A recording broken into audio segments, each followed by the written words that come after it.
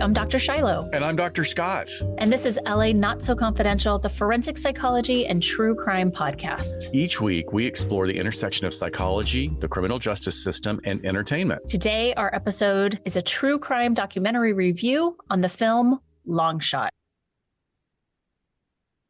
Hey, everyone. Welcome back to LA Not So Confidential. How are you, Dr. Scott? You know, I am still in the throes of moving, so any good vibes or juju out there that you guys can send me is greatly appreciated. Moving is really stressful. When is this move going to be done? Jeez. I think it's going to be like another 2 months, actually. My husband's going out of town on location to finish up a movie, and I can't, right. You know, I'm working full time, so that's my life. I love you're taking your time with it, actually, because not enough people have that luxury. Yeah, I mean, I have to, because it's up and downstairs and so. Yep. All right. Well, so we are just a week and a half away from the first ever Parapod Festival. Right. Come hang out with us. Watch our talk with Hollyweird Paranormal. We're going to be talking about the crimes and ghosts of the Barclay Hotel. We will have a booth there as well. So we'll be there all day on April 1st. Go to parapodfestival.com to get your tickets, and we'll see you there. Also, it's not too late to grab tickets for CrimeCon UK. We will not be at CrimeCon in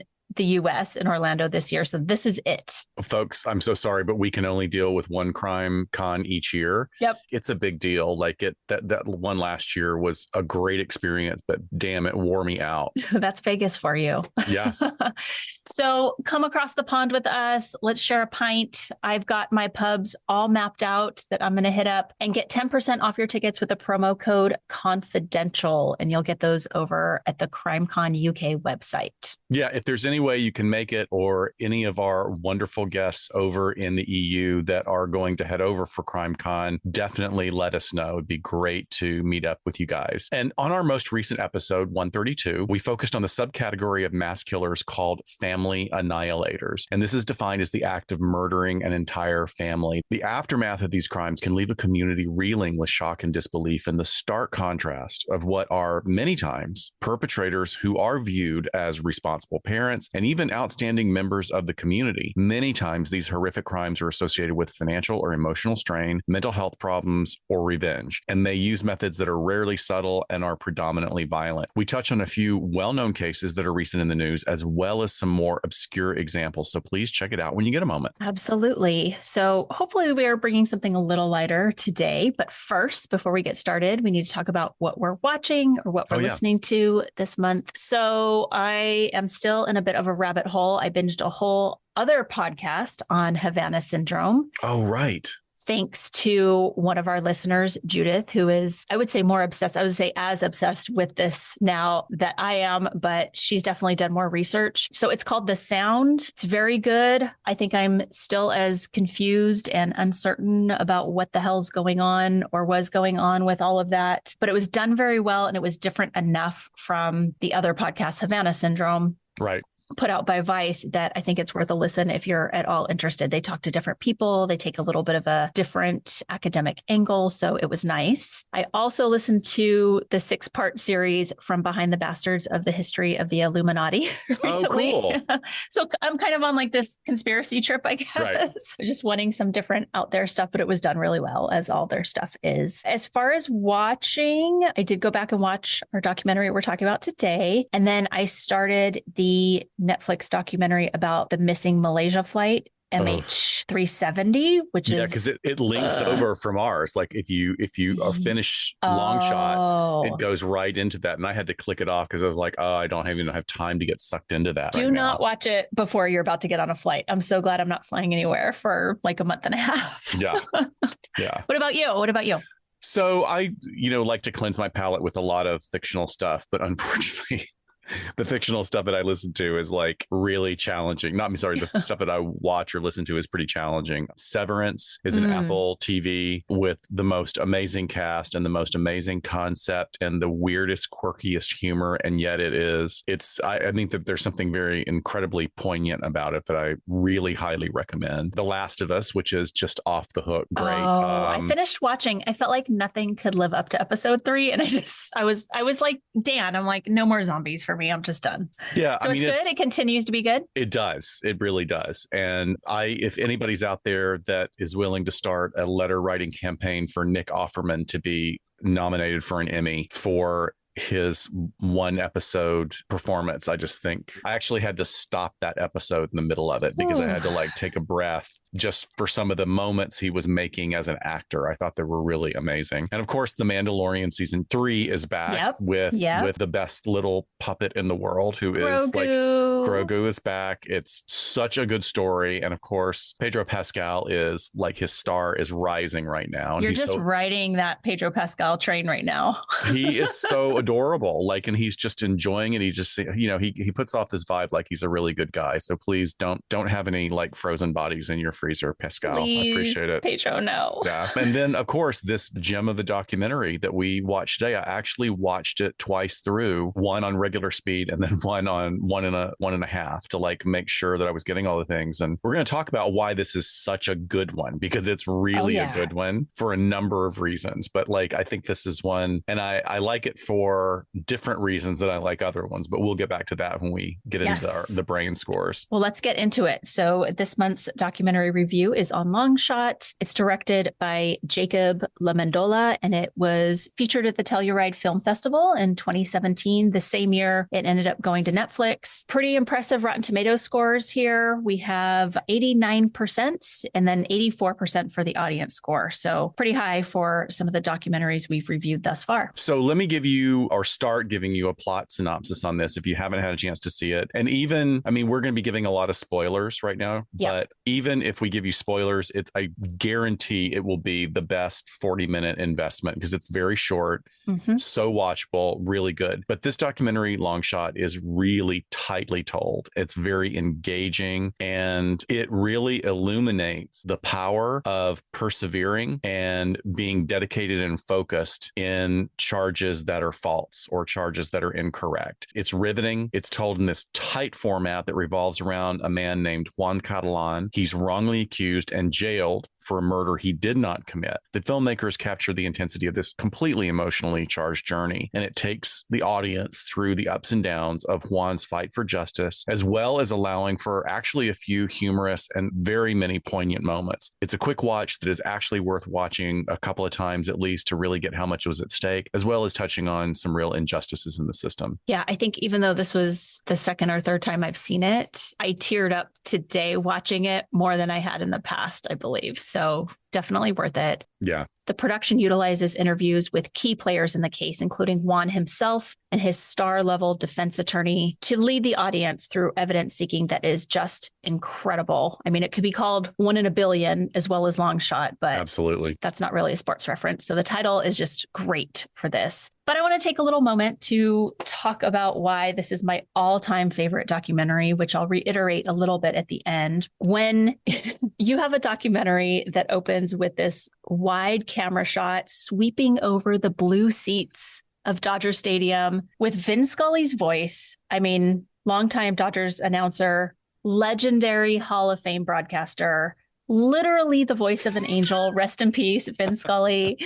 I mean, it does not get better than that. It's like it was made for me and everyone else who grew up in LA alongside the Dodgers and being raised with them as I was. And I've been sitting in those seats for as long as I can remember. So this was something that hit home with me. I probably gave this a little bit of this spiel when we did our violence in sports fandom episode when we talked about the Brian Stowe case. But I think there's this additional piece that I don't even know if I caught on to the first time I watched this, but the first time we meet Juan in this documentary, he's in that blue LA County jumpsuit in handcuffs in the courtroom. And he says his name and he says the year he was born, which is the same year I was born. And I was like, wow. Oh, another connection, like right there. We've been living these very different but parallel lives, of course. So this is my standard to other true crime documentaries here. But just to start you guys off, we'll kind of go through this in a timeline fashion as we do and kind of talk about points here and there. So Juan Catalan was arrested in August of 2003. So it's been some time. I mean, 20 years now Yeah. for the alleged murder of Martha Puebla in Los Angeles County, California.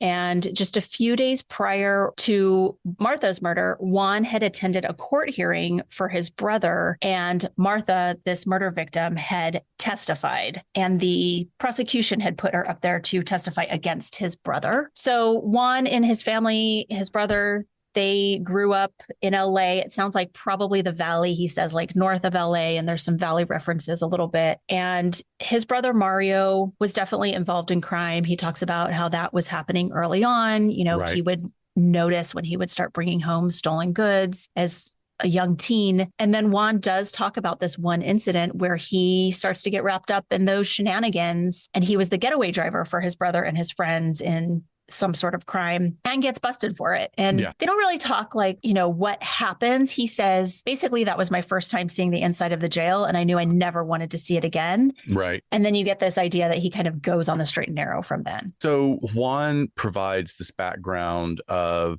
I think he hits this real authentic balance of saying that his brother was really caught up in stuff, and he realized like when his brother was coming home with like stereos and you know, basically bringing an engine of a sports car into the living room or something, he knew what was up, and he really did not want to be part of that life. Again, I don't know if he's, you know, sort of crafting this narrative, but I will say this, and this is something that is very important to the documentary, is that Juan seems incredibly authentic throughout the entire thing. And he shares this moment about going and having a moment with his ex, who is the mother of his child, and going over and like calling her late at night for a booty call. And she's like, no, don't, you know, I don't want to do that. And he's kind of has a little smile on his face. He's like, I'm pretty persistent. Yeah. So I go over there and I have a horrible nightmare, like a premonition of being taken away from my family. And he goes, I don't know if it was aliens or I don't know if it was demons, but whatever it was, is like I woke up and I had this really terrible dream. So he gets up the next day and he goes to work at his father's parts shop, a really clearly well done auto mechanic shop that his dad had set up. And within seconds of him showing up to work, he's surrounded by cops. Like, you know, all these cars drive up,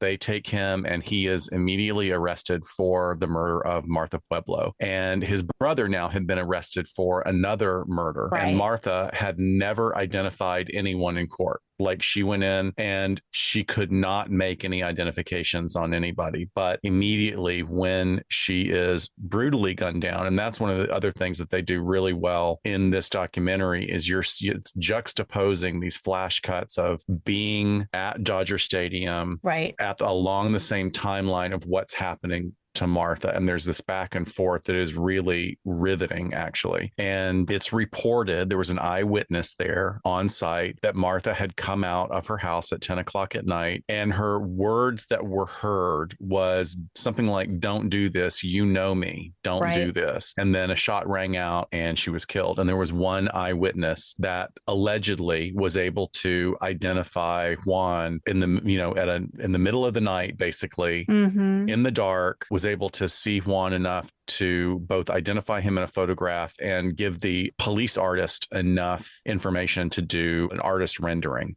Yes. So, and Martha was just 16 years old. So, you know, I think the documentary does a good job of sort of hitting home for you. Like, this is a 16-year-old girl that has seen some stuff and gets up there to testify against Juan's brother, whether she doesn't know anything truly or is just so terrified to actually identify anyone that she just ends up not saying it. Right. So it's almost like they paint this picture of she got up there and testified, but she didn't really say anything. She didn't say anything against him or anyone else, kind of a, you know, not effective witness in that way. Yet she's killed after her testimony in this brutal way of being gunned down in her front yard. So it's about this point. And again, like, this documentary is only 40 minutes long, so it moves along really quickly. Very. We meet Todd Melnick, who is the attorney that Juan retains. I think through a cousin, he kind of hears about this hotshot attorney that has helped with some things. And he's a great character. He is fully invested in this kid. He believes his story from the beginning. You know, you just get this honest sense that he really believed what Juan was telling him and was going to put his nose to the grindstone to help get him out of jail. Because at this point, he's just sitting in jail. which is a miracle in itself. And that's not something that they really elaborate on. I mean, Mr. Melnick he's a little bit weathered, looks like a weathered ex-model or something. He's a good looking guy, but older, and he's slick. He's really slick and really smart. But as he's talking, it's like, that's the thing that you don't ever find out is, what was it that in your gut told you that this kid was innocent? Yeah. But it's almost like they're implying that it was just like, that's his ability or something. It's like he just immediately knew, yep, I'm going to take it. Like, that's amazing to me. Yeah. So they have this composite sketch, which we'll talk about later, I'm sure, in one of our rants. And then, you have this 6-pack where apparently detectives tell Juan when they get him in to start interrogating him, look, you match the composite and someone picked you out of this 6-pack photographic lineup. So the idea is that when Martha was murdered, this was about 10 p.m. outside her home on May 12th of that year. And initially when they're interrogating Juan, they're like, okay, well, if you didn't do it, then where were you? And he's like, I don't know, because he's now being arrested in August. And do any of us know where we were last May 12th? Probably not. So in the moment, he doesn't remember. But then his girlfriend says, through their communication, she's like, you were at the Dodger game that day, because it was a Mother's Day event. So here is sort of like the narrative we're running with is like, how does Mr. Melnick proved that he was at this Dodger game when Martha was being murdered. And this was a game that he had short notice that he got some tickets to go to. He didn't know who to take. He decided to take his little 6-year-old daughter, his cousin, and a friend. Well, hold on. There's a little bit of a story here too that shows that he's a little bit edgy too, because he bought the tickets for his mom he got them. I think he got them because they were season tickets. They were from somebody else. And he gave them to his mom as a Mother's Day present, knowing that she wouldn't want to go. Right. So and he kind of has he bought them for himself. He has this little grin on his face, like, oh, I was like kind of like working it, but he did want to spend time with his daughter. He wanted to get her introduced to the experience. Yes. So he's, I love how we kind of like get sucked into Juan just talking about normal things. We're sort of taken away for a moment from the fact that at this time he's sitting in jail, but he recounts how this was a game between the Dodgers and the Braves. He had these great season tickets. It's the 9th inning, the game's tied, and he's like, oh no, like this, you do not leave in the 9th inning when the game's tied. And no Dodger fan leaves in a situation like that. We leave it like the 7th inning if it's being blown out by the other team, because we all want to beat traffic, because traffic's so fucking horrible. It's horrible. From Elysian Park. Yeah. It's a nightmare. And especially like really every game at Dodger Stadium pretty much gets sold out. So, you're competing with 57,000 other people to get out of there. So he's talking about this, which is just, as someone in LA who goes to Dodger games, you're like nodding your head. And then he says, but in the 9th inning, the Braves like pull way ahead. It's a blowout at that point. And so we decide to leave. But as he's leaving and walking out, he stops with his daughter to buy some baseball cards, and they do a little bit of shopping before heading out. So you're kind of like, okay, at this point in the documentary, you're like, all right, he's leaving, but what time is it? And how is this lining up? You have that sort of in your head. So the defense starts to build for the prelim, and they're trying to gather as much information, or, it's a hearing. A preliminary is basically a hearing to see if there's enough actual evidence to move to trial. And there is, and the DA is hungry for this case. Like, this is a very, very aggressive DA. Mm-hmm. So it's just a judge at a prelim. Like, this is not in front of a jury or anything like that at this point. It's just, it was kind of a done deal that it was going to move forward because of the nature of the crime. Seriously, I would say that. But there's always going to be a preliminary hearing. There's a series of miracles that happen throughout this. I know. It's not just the one thing. It's like a whole series of butterfly events that had they not lined up, this would have ended very badly. But Juan's girlfriend finds the tickets. So the attorney immediately contacts the Dodgers, and they even interview like the then head of the Dodgers at the time, whose office received the call. And they're trying to find people who were seated around them. And so they are able to locate them, and they're going as far as like Philadelphia. They're going Hawaii, Hawaii, all over the country. And people are moderately cooperative. They're like, yeah, I was there, but I don't really remember anybody. Like I wouldn't remember enough to be able to identify somebody and be on a witness stand. So there's Dodger Vision, this in-house filming by the Dodgers, and it's like security cams, and there's the Kiss Cam. There's all sorts of stuff that they use, right? So Melnick goes through a whole bunch of footage. I mean, it takes him. What does he say? That it takes him a day? He's like, for a 3-hour baseball game, this took me all day long, which basically stop your bitching, because like compared to what it could have been. But like you were saying when we were prepping this, is like there's all these different angles. It's not just one camera. It could be the same thing over and over again. And then they do find him. And they can identify it because it's a man with a little girl heading towards those seats and wearing the same kind of Dodger jersey that he owns, but it's grainy. So Melnick knew though that it wasn't going to be enough.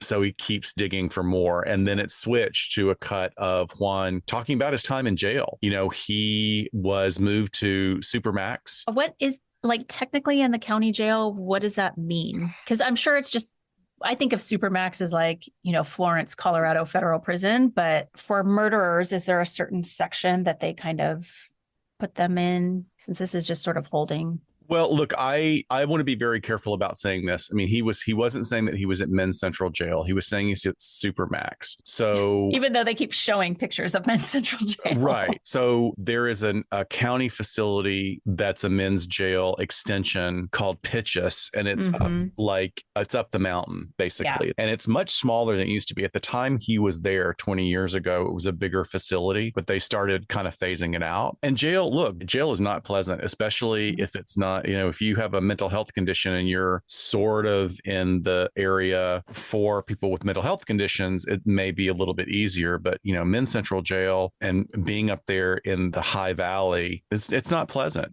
You know, it's not pleasant. It's you have to watch your back all the time. I don't know how much would play into it that he had allegedly killed a teenager. You know, that's never a good thing. Killing a female, killing a teenager, those things would not be looked on very kindly by the other inmates. So I don't know if maybe he was in one of the dorm settings. I mean, which is a little more comfortable because you're not crammed in like a, you know, sardine like down at Men's Central. But still, you do have to watch your back. And it's, especially if it's somebody who's trying to keep his life on the straight and narrow and stay clean, that would be a shocking experience. Most people come out of it going, you know, I don't need to ever go back there again. Well, and he even says, like, you know, this is where the hardened guys were. So I'm guessing if they have the guys with the most serious of charges, like his is, these probably are a good percentage of career criminals that are there. That is just not Juan's life, essentially. Right. And I mean, within any jail system, it's not just LA County, but any jail system is constantly challenged by the criminality within the inmates that exist. Like, please don't allow yourself to think that just when people are incarcerated that they're not continuing to engage in criminal activities, because drugs are huge. And actually the idea of working up a drug debt is one of the things that causes people to get hurt. You know, so you have a substance addiction problem, or you're bored and you entertain yourself with drugs, and then you stretch yourself out and you owe too much to one of the dealers on the yard, you're in trouble. So when he says you don't know what fear is until you hear a grown man screaming for help, you know, there's probably something that precipitated that. Juan shares this idea of these stories of people who get released or exonerated for their crimes 30 years later. And it's terrifying him. Like, I'm going to be here for 3 decades. Yeah, I'm going to be one of those stories. Yeah. Ugh, poor guy. And then, so in a prelim, you have people testify, usually not everyone that you would bring at trial, but really key witnesses. And there's this footage of his 6-year-old daughter being put on the stand. And it's very adorable because she's just like looking around, kind of like, oh, what's happening? And, you know, she has clearly, very sweet. A caretaker with her that she's able to sit on the lap of while she's testifying. And the footage, basically while she's testifying, they just have the camera footage showing Juan, who is red-faced, tears streaming down his face. Yeah. And all she's doing is talking about basically a day at the stadium with her dad, because the attorney asked, like, well, what did dad buy you that day? And she's just recounting it in this sweet little voice. And he is just heartbroken that his daughter is having to be up there on the stand. And it's so powerful. Yeah, it's a really poignant moment. I mean, and you know, another one, you know, when we see a lot of true crime and crime page things that splash where these completely antisocial parents, that have been responsible for the death of their children, and they're just ice cold. There's nothing there. You look at them, there's nothing there. This is not what was going on. This guy was just absolutely heartbroken that his daughter was having to be put through this. Yeah. So Melnick continues on there through the hearing, but he's also asking Juan, working with him, he's asking about all the details of the game. And aside from all the details of the plays and the score, which Juan is like a complete human computer when it comes to sports. He's like those cops I work with that are just like, sports is this language they speak, where I'm like, I have no idea what you're talking about. But he said, oh, you know what? They were filming something that day because it was really weird. Like when we went to get ice cream and we were coming back from the concession stand, that we couldn't get down the stairs. And I had to ask this guy who was a production assistant. And they had the production assistant like, here it is, like years later, and he's getting teared up because he's like, his only job is to keep people from going down those stairs while the camera's rolling. Once, as they were filming something that day, his attorney goes, well, let me go back to the Dodgers media, and they're flipping through. Oh, yeah, there's this HBO show that is being filmed. So he calls HBO directly, and it turns out it's the show Curb Your Enthusiasm. What the hell? I know. And what's fascinating is you find out that they were doing no close-ups. They were trying to keep it as real as possible. Nobody sitting around Larry David and his co-star knew what was going on. Right. Because it was the two actors. It was a PA holding people back for a second. They were body mic'd. And then all the camera work was being done from literally the other side of the stadium. I mean, it's amazing with a telephoto lens. Really amazing. It's funny because they kind of talk about the production. They're like, oh God, of course Larry wants to film at Dodger Stadium because that's the storyline. And like, we can't fill a baseball stadium with a bunch of extras. So I guess we're filming at a real game. Yeah. So just a little bit about Curb Your Enthusiasm. Larry David is the co-creator of the show that everybody knows, Seinfeld, which ran for many seasons on NBC. And in his show, Curb Your Enthusiasm, he plays actually a pretty accurate version of himself as this sort of misanthropic curmudgeon on a series that is basically improvised by all the actors. And I always want to give credit to my former boss, Allison Jones, who again is the queen of casting when it comes to edgy humor and finding unbelievable talent. Like she pulls from the Groundlings, from Second City. It's always actors. And, you have to explain to them, it's like, look, you're not the center of this scene. You are sort of the person who was put off by this weirdo's actions. And Allison did this show too? Yes, of course. She's done everything. God, I thought you knew that. Done everything. Yeah, that's why Deb, our friend Deb, is on the show as well. Yeah. I haven't seen Deb's episode. Oh my gosh. Yeah. So again, Larry plays himself, but like an enhanced version of all of his worst qualities. Like he is verbally disinhibited. He's constantly irritated by everything and anything in his life. Like everything annoys him. And luckily, he's surrounded by a group of incredibly patient people that leave him and other supporting cast members to really shine as whack jobs at times. Yeah. Susie Essman is like the wife of one of his friends, and she is this wonderfully sweet woman, but the character she plays has the most foul mouth. And in interviews, she goes, oh my God, I can't believe how many times they make me say fuck on that show. Because it's just embarrassing. But like Larry David, while his character actually is generally pretty well-meaning, he's very self-centered. And in his annoyance over small things, he manages to irritate everybody around him. We need to diagnose some characters sometime. Oh, yeah. He's like schizotypal or schizoid or something. But each episode's story emerges from Larry's own ignorance or sometimes just disregard for well-established understandings of what's accepted in social interactions. Yes. And he also becomes very black and white in his thinking, leading to I only think of this as a cringeworthy show because there's like so many cringeworthy behavior from him because he's like insisting that others adhere to society's rules, like the way that he kind of sees the world, which is just so he's like pissed off that people aren't responding to these rules, and it's the rules that like apparently they're the only one he knows.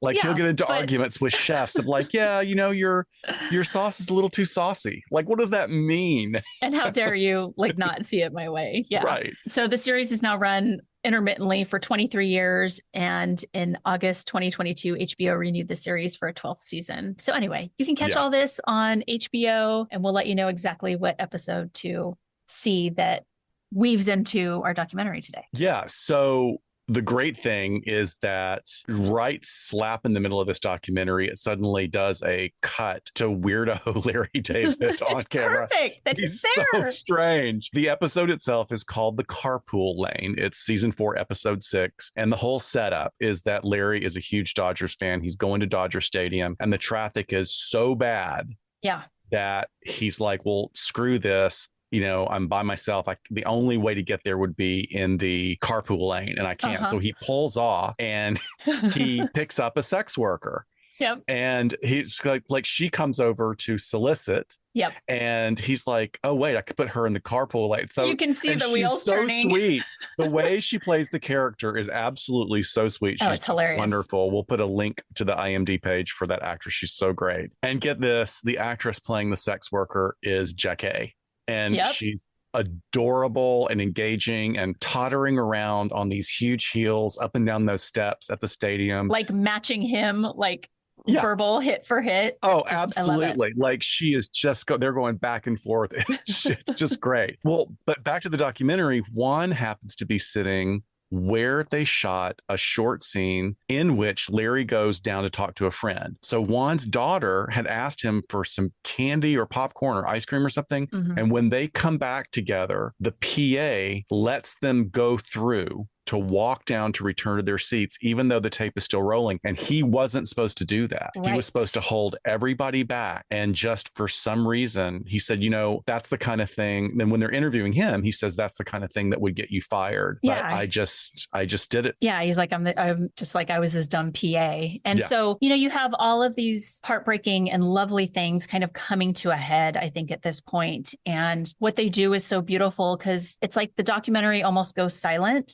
and they just roll the footage that's happening. And so you're looking down the aisle to the field. You can see Larry David like squatting down, talking to his friend, and then sort of standing up and coming back like he's going to start the scene over. And you see Juan and with his daughter by his hand come in front of the camera. And you're like, holy fuck, like that's them. And it's clear as day. Yeah. Just incredible. Yeah. It's amazing. It's amazing. So you have all these people talking about it. And then, like you said, with the PA who is also being interviewed, everyone's being interviewed with these beautiful front facing shots. Yeah. And what they do is you start to understand is they're playing that footage for the PA in real time for the first time. And you just see his eyes get glassy. It was just so powerful. He was about to lose it. He looked like he was really about to lose it. Like when he realized what a role he played in saving somebody's life. Absolutely. I think this case really highlights the importance of using all available evidence to ensure that justice is served. I mean, I think that's just an incredibly clear point that is being made here. I think that where it gets wonky for me is that as far as my politics are concerned, I really am very much for personal liberties and privacy, but I also know that the places with a lot of cameras and a lot of CCTV,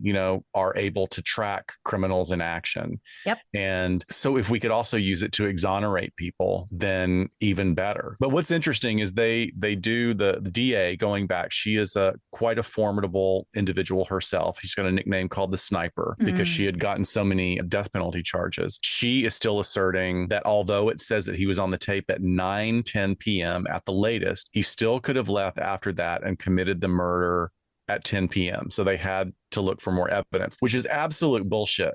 Because you cannot get out of that stadium. Yep. It's not possible to get out of that stadium. The drive test they do on Serial podcast. And I'm like, go do a drive test at 9:10 out of Dodger Stadium. Oh, and let's also expand on that. Before you even get to the idea that you're going to drive, walking out of there in a crowd of people, even if everybody's not leaving at that time, it's still going to be absolute hell. Yes. So speaking of Serial, what the attorney Melnick ends up doing is starts looking for cell tower data because Juan is like, hey, when I was leaving, my girlfriend and I are calling each other because she's like, hey, are you out of the game yet? That sort of thing. So total side note, but he says, I remember that they pinged OJ Simpson's cell phone. And that's what gave me the idea when that case had happened. And you just think about God, what the hell was the technology like back then? Probably wouldn't hold up in court today. But even 20 years ago, that's pretty risky to do. But Yeah. What he ends up doing is finding that Juan's phone was activating a cell tower that had a mile radius, essentially right there around Dodger Stadium at 10:12 p.m. when the murder was taking place, essentially. So he had been calling his girlfriend at that time. And a new character they bring in sort of at this part, because they're talking about this evidence and they're cutting back to the court scenes at the prelim, is the judge that was sitting on this prelim, who I was like shocked that she would be a part of this, because you just don't see that very often. But she's being interviewed and she's talking about, cell phone data being really new and confusing to her. And she's trying to write down all these times and keep track of it. And then she says, you know what, I was so invested in this case, but really befuddled because I have this victim that I have to make sure we're doing justice for, but possibly a guy who's innocent. So she ends up as kind of the last thing that she's going to do to help her make her decision is take home the interrogation tape. And she says she just listens to it over and over again, and they're playing it in the audio. She's even having her kids, which I don't know how old her kids are, but she's having like other ears in the house listen. And she's like, is this a guilty man saying these things? Because he is like respectfully battling with those detectives saying, what are you even talking about? Like, you're pinning this on the wrong person and you're going to regret this one day because it's not me. And I just thought it was so powerful for a judge to say, I was very anguished by this case. Right. And here's the things I had to consider that were all so heavy. Yeah, I agree. I think that she's a powerful character. And again, another miraculous manifestation of something, of an event in this whole thing that could have gone horribly wrong if she had not done that. I do get I guess I'm a little uncomfortable that she took it home and had her kids listen and said, I want to hear your opinion. I mean, I'm of two minds about it. Like that scene, I get a little squeegee on that. Like, really? That's what happens? I don't think that seems... that's making me a little uncomfortable. So I did want to focus on another aspect of this that is so important, and that is eyewitness fallacy. We've reviewed some of this in previous episodes. The issue with eyewitness testimony is that it has absolutely been shown to be unreliable and susceptible to so many errors that are affected by so many factors. Yes. So memory, as we know, can be influenced by a variety of factors, such as leading questions when you're being interrogated and the passage of time and different perspectives. And this is all well supported in the research. Eyewitnesses can be highly fallible. And the Innocence Project reports that eyewitness misidentifications played a role in 70% of wrongful convictions. Wow. That ended up being overturned through DNA testing. So I want to share a quote that is also important. And it says, witnesses may express biased views or recall events inaccurately if they are under stress or overwhelmed at the time of witnessing the event or during the stress of deposition on the stand. We have to view eyewitness accounts with caution, and it is very important for both sides of the court to not rely solely on them in legal proceedings. That's just plain and to the point, and absolutely should be remembered every time. The problem is that it's been historically such an integral part of the legal process that the research just gets lost. I mean, we have all this research. It's like, hey, this is not reliable at all, but they keep moving forward with it because it's been such a trope for so long. We hope, we're going to sit here and hope that prosecution and defense would always consider other evidence and corroborating testimonies, but that doesn't always happen. Of course, all of that information should come from reliable sources before making any judgment based on just one or even more eyewitnesses. And as this documentary shows, that's not always the case. Yeah, definitely. And there's several key factors that make it problematic. Memory reconstruction. So human memory is not like a video recording that can be played back perfectly, like B-roll of Curb Your Enthusiasm.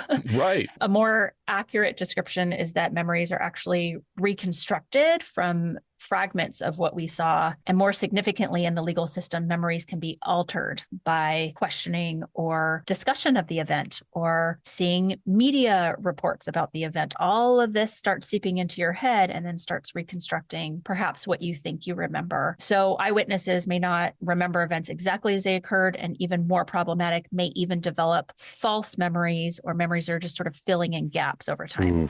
Yeah. Another problem is these techniques like lineup procedure procedures, photographs, and artist composites. Because if the photographs used are different sizes or have different lighting, it can cause one person's picture to stand out over the others. And studies have shown that in some cases, law enforcement officers conducting the lineup that know who the suspect is may very well unconsciously signal to the witness who they should be choosing. Yeah. So lots of lab studies on that we're not, we know that there have been cases, of course, of law enforcement professionals sort of tapping their finger, doing something super obvious to say, like, this is the guy. But even in research studies, they've been able to say, like, no, they don't even know some of these unconscious gestures they're doing, or like you said, how the lighting or the arrangement of the photos are. There's just a lot of problems with photo lineups. But also going back to a little point you touched on before is the anxiety and stress.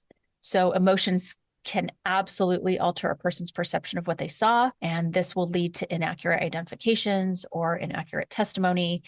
And just witnessing a crime can be traumatic, a very, very traumatic experience that causes that sort of anxiety and stress that we're talking about. And your brain is just encoding memory different when you're under that. With all those chemicals being flushed through it. Yeah. Yeah. There's also research that shows that the use of a weapon during the commission of a crime can aggravate emotions as that focus on the weapon narrows rather than the focus on the suspect or other details. That's just our body's inclination to focus on what can hurt us in the moment. And I really like that the judge in this documentary talks about that on the stand when she's sort of going through her list of reasons why she's about to make the decision she's going to make, where she says this witness probably had great intentions, but he was also under a great amount of stress when shots start ringing out against Martha. So good on her for bringing that up, because to me, it was like signaling a little bit of research. Yeah, I was impressed by that as well. You know, also the issue of visual characteristics, racial differences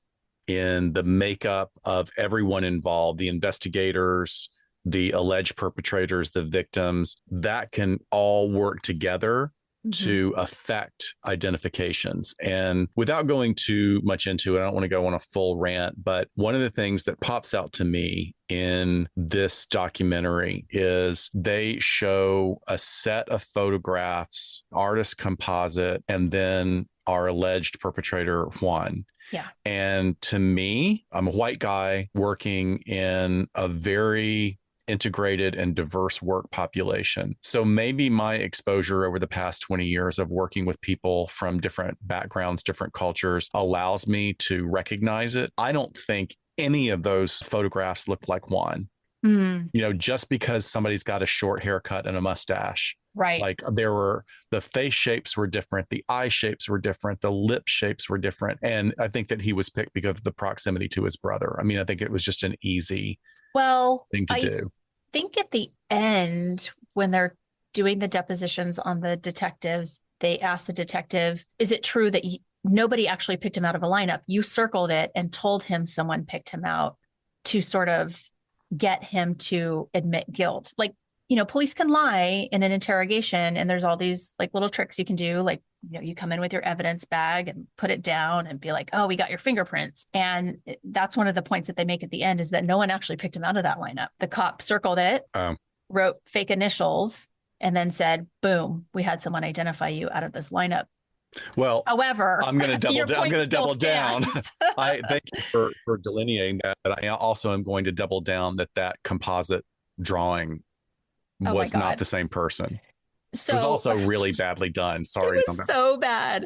So bad. And throughout, the DA is saying this sketch is strikingly similar to Juan Catalan. And I could not roll my eyes hard enough every time, because it just like looks like as if someone was like, hey, can you draw a 20-year-old Mexican-American man from LA? Like, this is the caricature that they would have drawn. Yeah. I mean, good on her for being a diligent DA, but yeah, that was badly done. Boy, that doesn't age well. That does not a murderer make. I'm sorry. Yeah. You know, it's just to have it all really on an eyewitness and this sketch, just silly. But look at the ramifications of this, because if she had been asserting this and it had been a strong enough assertion, and then they hadn't gone to the game, right? Oh, right. What if? Well, and this is what I think is a one of the most poignant points for me is when, because they don't dive into this race stuff, as really a theme too much in this documentary. But when his girlfriend says, imagine if he had stayed home to watch the game that night. Right. Who would they have believed? Me, my mom, his little 6-year-old daughter saying, yeah, daddy was home. And it is just sort of like he said, she said, but you get the undertones of like, would they believe this, Latinx family as opposed to whomever else is accusing them or who's trying to say that they look like the composite sketch. So it was a really important point there. All these miraculous points happen. He could have been at the game and that PA could have said, hold up. Yeah. Like, let's get this shot done. And then he never would have been on clear camera. All these things could have happened a very different way with a very different outcome, but he was exonerated. He received $320,000 from the city of LA as a result of a lawsuit settlement. And just as importantly, I mean, I'm glad that he got a settlement for what he had to go through, but 4 gang members were found to be responsible for the murder of Martha, and they weren't sent to federal prison with life sentences. Yeah. So the judge did a good job. She threw it out at the prelim. It didn't move any further than that. And you don't get an idea of how long this prelim took that Juan was sitting in jail. And I'm sure there's some horrific rubric calculation they do to say, okay, your life those days sitting in jail was worth $320,000. But I think it was quite a bit of time because he keeps talking about dates of hearings getting pushed back. So we're at least talking months here. So yeah, that's the long shot. Because our episode is longer than the documentary itself. Oh my gosh. You're welcome.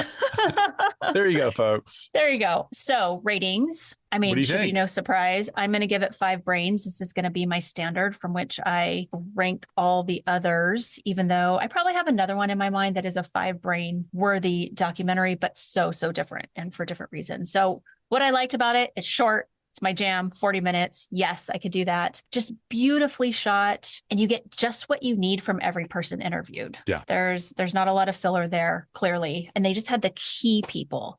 Larry David to be there, the judge to be there. And then you just have the backdrop of it being LA, quintessential LA with the Dodgers, with this Hollywood twist. I mean, I don't know. It makes me want to go to a baseball game. I'm ready for summer.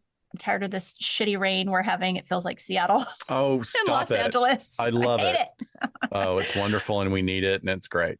What about you? I mean, well, you know how I feel about the rain. I give the rain 5 brains. Yes. Look, I loved how tight it was. It was short, and maybe there is additional story that could have been told, but they decided not to. But too many times on Investigation Discovery or any of the, plethora of outlets we have for true crime stuff, they just milk the audience. Yep. They milk it with, long, drawn out recaps, and then they recap something 3 or 4 times throughout the episode. And there's like literally 20 minutes of commercials. And that is frustrating for me because the story is not that substantial. And I would rather it be told well and strong. And then even like one of the things that I love here is that it's a linear story with all these unbelievable, miraculous things that happen instead of red herrings. That's a big one in true crime, that like the red herrings of like, but what about her ex? Bubba was a greasy mechanic on a building that used to be a mortuary. Could he have been the one who dismembered her? And oh, wait, he's innocent. No, he's not him. It's not him. Yeah. They do that all the time. Yeah. Yeah. I hate that. It's like, oh, great. You just put Bubba, who's this innocent, hardworking guy. Now he's going to have his name and face in rotation on this dumbass show for the rest of eternity.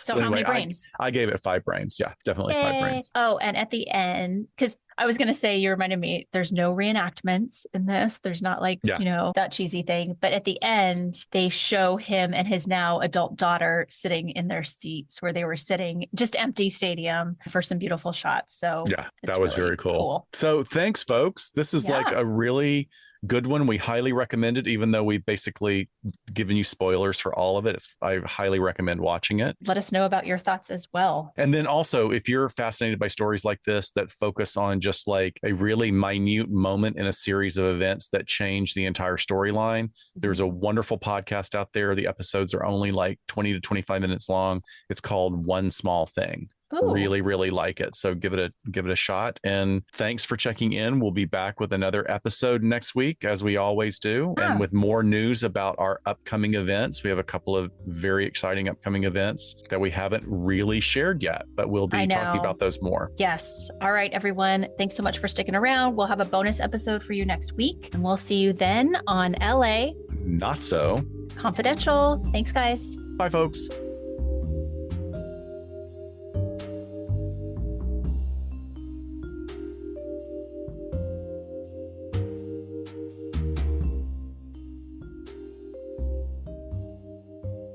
Sincerely, thank you for spending some time with us today. LA Not So Confidential is part of the Crawlspace Media Network in partnership with Glassbox Media.